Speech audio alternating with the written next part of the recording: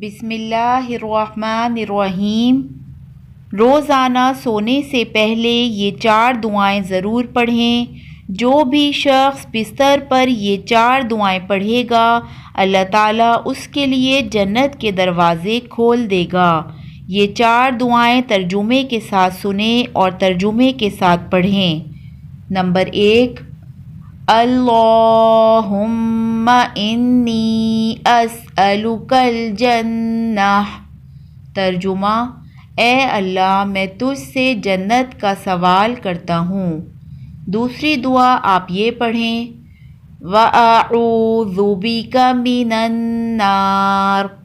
ترجمہ: اور جہنم سے پناہ مانگتا ہوں۔ تیسری دعا آپ یہ پڑھیں، رَبِّ ابْنِ لِی عِندَکَ بَیْتًا فِی الْجَنَّةِ۔